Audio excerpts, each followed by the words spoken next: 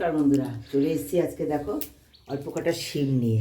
এই শিমটা দিয়ে কি রান্না করব আর কি রেসিপি করব, একদম খুব সুস্বাদু, খুব কম সময়ের মধ্যে আর খুব টেস্টি একটা রেসিপি করব। শিম তো চলে যাচ্ছে, শীত যাওয়ার আগে একবার এই রেসিপিটা এইভাবে খুব ঝটপট খুব সুস্বাদু একটা রেসিপি করার জন্য আমার সঙ্গে থাকো ভালোবাসা দিয়ে। আশা করি আগের রেসিপিগুলোর মতো এটাও তোমাদের খুব ভালো লাগবে।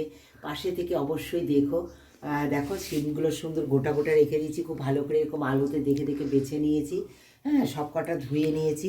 এবার দেখো কড়াইতে সামান্য তেল দিয়েছি। শিমে একটু লবণ মাখিয়ে নেবো।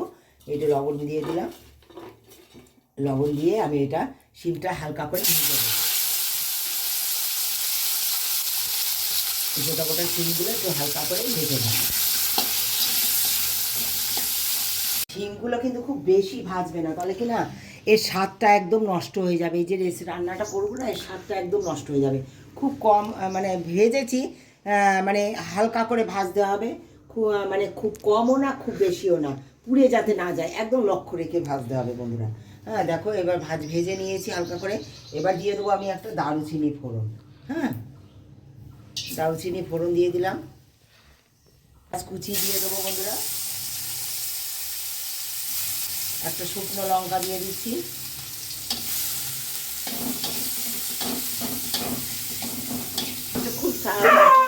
খুব দিয়েছিলাম তাই অল্প পরিমাণ লবণ দেবো, তোমরা দেখে দেবে অবশ্যই। সামান্য আদা বাটা দিয়ে দিলাম বন্ধুরা। তোমাদের সবজির পরিমাণ অনুসারে তোমরা অবশ্যই দেবে। দেখো বন্ধুরা, সামান্য কাশ্মীরি লঙ্কার গুঁড়ো আর এটা একটা টমেটো দিয়ে দিয়েছি। দিয়ে খুব ভালো করে আমি এটা কষিয়ে নেবো। তারপরে কি দেই তোমরা আমার সঙ্গে থাকো, দেখো খুব ঝটপট, অথচ খুব মানে অল্প অল্প শিম রয়েছে, আমার ঘরে অল্প দই ছিল, সেই দিয়ে রেসিপিটা করছি বন্ধুরা। অল্প একটু কিছু থাকলে সেটাও ফেলে না দিয়ে একটা সুস্বাদু একটা ইউনিক রেসিপি যদি বাড়ির ঘরের সবাইকে করে খাওয়ানো যায় না, সবাই অনেক তৃপ্তি পায় আর অনেক আনন্দ পায়। আর আবার বাড়ির সবাইকে খুব আনন্দ দিতে খুব ভালো লাগে। আমি সবসময় এটাই ভাবি, রান্না করি এই কারণে। আমি মশলাটা প্রায় কষে এসছে। এইবার দেখো কি দেবো, দই। এই যে আমি দেখো কোনো মশলা তেমন দিইনি, দইতে একটু বেশি পরিমাণ দই দিয়েছি, কারণ আমি এটা যে রেসিপি করব সেটা হচ্ছে দইয়েরই রেসিপি, তাই আমি দইয়ের পরিমাণটা বেশি দিয়েছি বন্ধুরা। হ্যাঁ, দইটা খুব ভালো করে ফেটে নিয়েছি, একটা ক্রিমি ক্রিমি ভাব হবে, সেই পর্যায়ে এটা ভালো করে আমি ফেটে নিয়েছি। হ্যাঁ, আর দইটা যখন দেবে না, খুব ভালো করে নাড়তে হবে বন্ধুরা। হ্যাঁ, যাতে দইটা কেটে না যায়, খুব ভালো করে এইভাবে নাড়তে থাকতে হবে। পারলে গ্যাসটা অফ করে দেবে তোমরা, যদি চাও যে গ্যাসটা অফ করে দেবে। আমি গ্যাসটা সাধারণত অফ করেই দিই। হ্যাঁ, অফ করে দিয়ে এটা খুব ভালো করে নেড়ে নিই, তারপরে আমি আবার জ্বালিয়ে আবার রান্নাটা করি। হ্যাঁ, আমি এখন গ্যাসটা অফ করে দিয়েছি, দিয়ে ভালো করে দইটা ফেটে নেব, রান্নার সঙ্গে মিশিয়ে নেব, মিশিয়ে নিয়ে তারপর আবার আমি এটা ভালো করে কষিয়ে নেব, কষিয়ে নিয়ে ফিরে আসছি তোমাদের সঙ্গে।